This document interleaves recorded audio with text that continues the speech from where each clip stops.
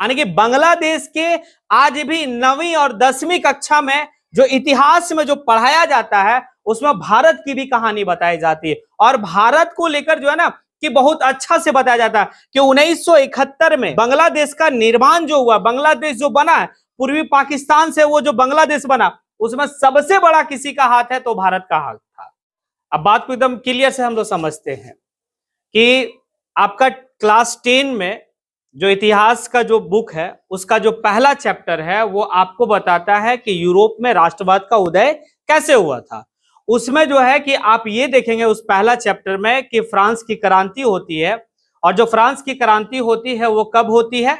1789 में, यानी कि 1789 में फ्रांस की क्रांति होती है। फ्रांस की क्रांति क्यों हुई थी? तो आप लोग को यह पता है कि वहां का जो राजा, एक निरंकुश राजा, जो पूरे फ्रांस में कहा जाता कि भूभाग, फ्रांस की भूभाग को उसकी कब्जा थी, और वो राजा जो है कि अपने शान शौकत को पूरा करने के लिए, अपनी जरूरतों को पूरा करने के लिए खाद्य सामग्री यानी कि खाने वाले चीजों पे वो टैक्स लगा दिया था, टैक्स लगाया था। और वहां का जो मुख्य भोजन था वो क्या था? पावरोटी। पावरोटी के ऊपर जो है कि वो टैक्स लगा दिया। तो हर वर्ग के लोग जो है वो क्या किया?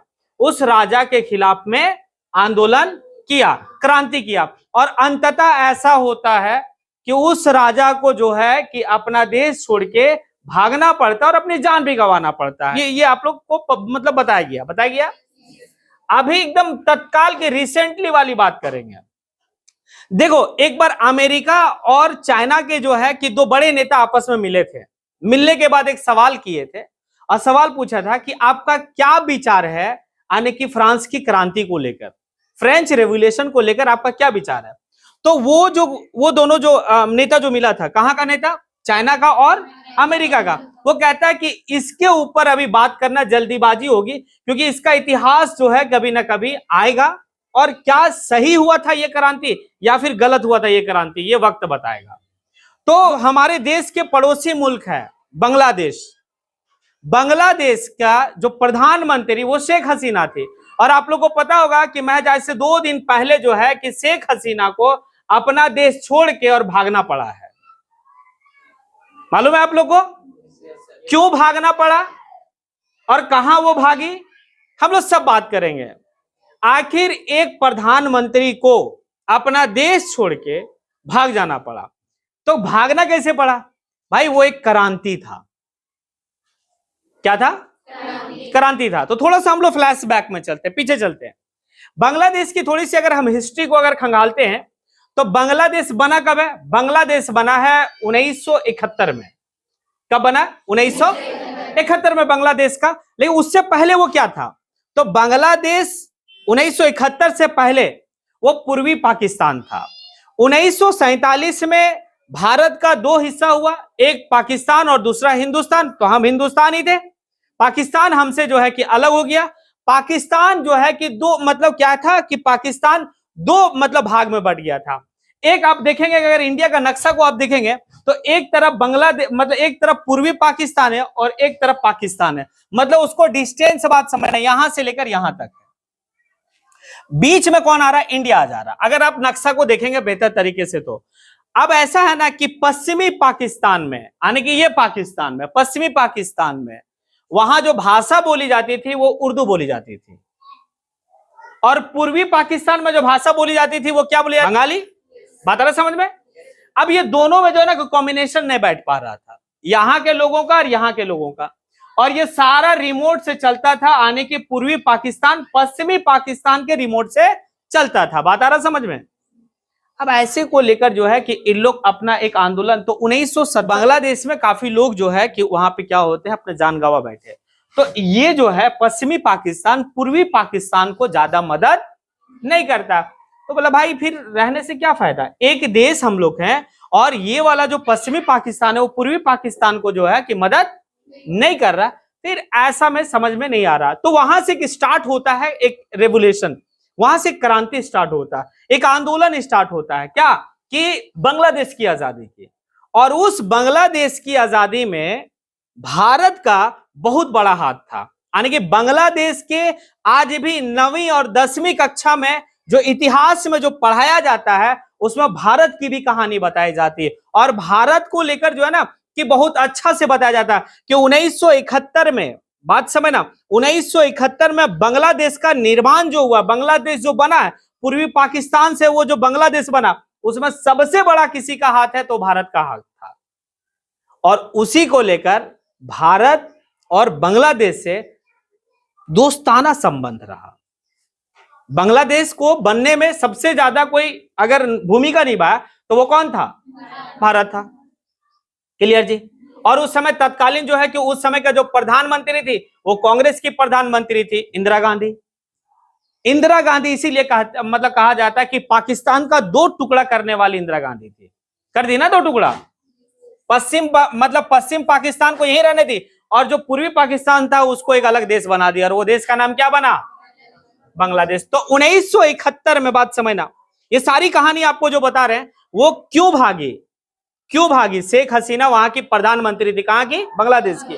आखिर वो आज से 2 दिन पहले आने की 5 अगस्त को भाग गई, देश छोड़ के भागी, भारत होते हुए भागी। मतलब धनबाद के हवाई मार्ग से जब वो जा रही थी तो उनका हेलीकॉप्टर भी देखा गया कि उधर से वो गुजरी है और जाके फिर वो दिल्ली गई और वहां से जो है कि फिर निकली। आखिर क्यों निकली, क्यों भागे? तो इसके पीछे अभी कहानी आप लोगों को लेके चल रहे हैं।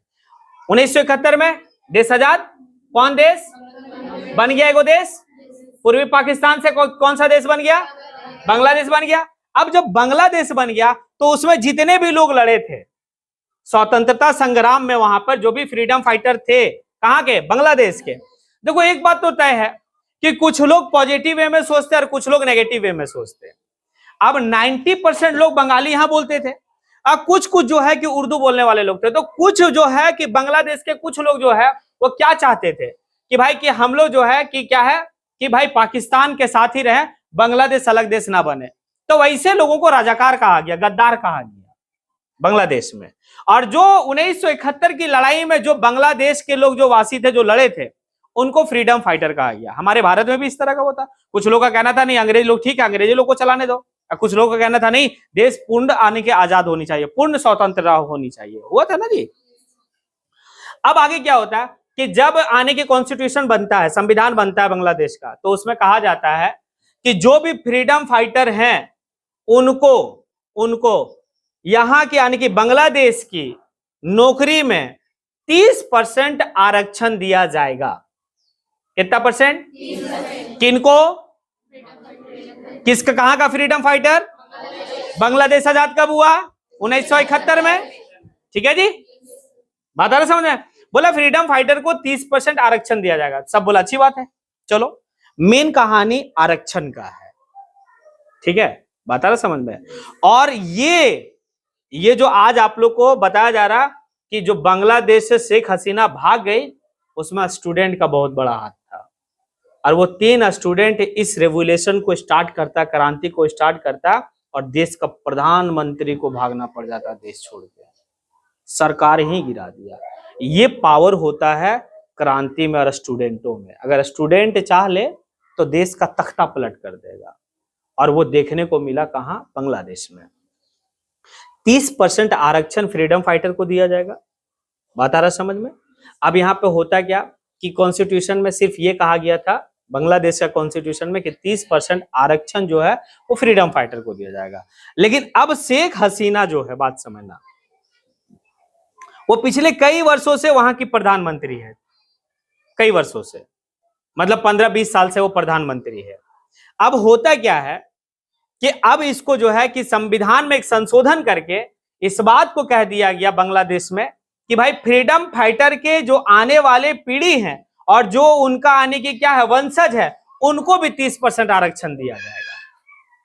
फ्रीडम फाइटर के वंशजों को भी 30% आरक्षण दिया जाएगा। वंशज का मतलब मेरे फादर जो है, मेरे फादर एग्जांपल हम दे रहे हैं, मेरे फादर जो बांग्लादेश के फ्रीडम फाइटर है, हम उनके वंशज हो गए। तो देश की आजादी में मेरे फादर लड़े थे, तो भाई उनको अगर उनको 30% अगर आरक्षण मिला तब तक तो ठीक था।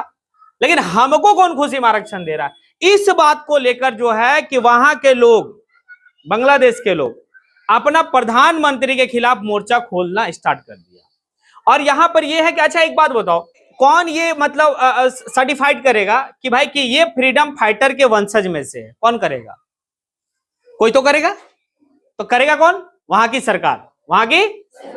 वहां की सरकार ये बात कहेगा कि भाई कि ये जो है फ्रीडम फाइटर के वंशज है। सरकार किसका है? शेख हसीना का। अब एक बात बताओ, शेख हसीना क्या करती चली गई कि उसके जितने भी पार्टी के जितने भी नेता लोग थे या जितने भी नेता के बाल बच्चा थे, सबको फ्रीडम फाइटर घोषित कर दिया। सबको जो है कि चिन्ह ये है, जबकि वो है नहीं है।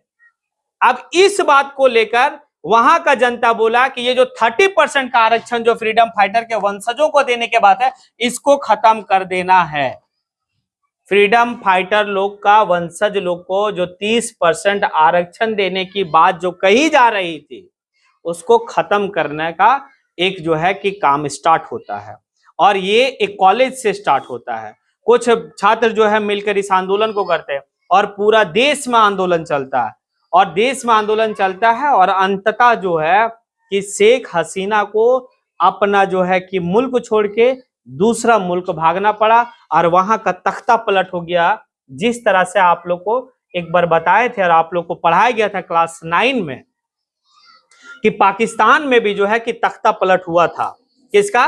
परवेज मुशर्रफ, नवाज शरीफ को वह मतलब प्रधानमंत्री के पद से हटा के और खुद वहां का जो है कि राष्ट्रपति बना था, और वहां पे सेना का शासन चला था।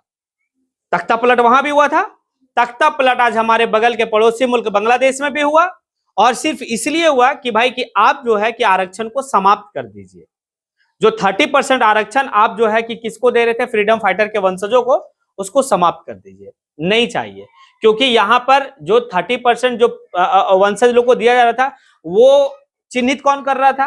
वहां की सरकार। तो सरकार ये चाहता था कि मेरा जो पार्टी का जो वॉलेंटियर है, मेरा जो पार्टी का कैडर है, उसी को जो है आरक्षण हम देंगे, और वो आरक्षण दे दिया। और उसके पार्टी के जितने भी लोग हैं वो कहां जाने लगे? सरकारी नौकरी में। अब एक बात बताओ, जो सरकार हमें सरकारी नौकरी में घुसाने के लिए खूब प्रयास किया, तो आने वाले वक्त में एक बात बताओ, कभी भी हम दूसरे दल को वोट करेंगे? नहीं ना करेंगे, नहीं करेंगे जी। अगर शेख हसीना, हमारे फादर फ्रीडम फाइटर में नहीं थे, और हमको लेकिन हम शेख हसीना का पार्टी का जो है कि एक कैडर है, एक कार्यकर्ता है, तो हमको बोली कि चला तुमको बना देते हैं, और तुम जो है 30% आरक्षण का हकदार हो जाएगा। अब हम हकदार हो गए, तो जीवन में कभी भी हम जो है शेख हसीना को छोड़कर दूसरा किसी को हम वोट देंगे?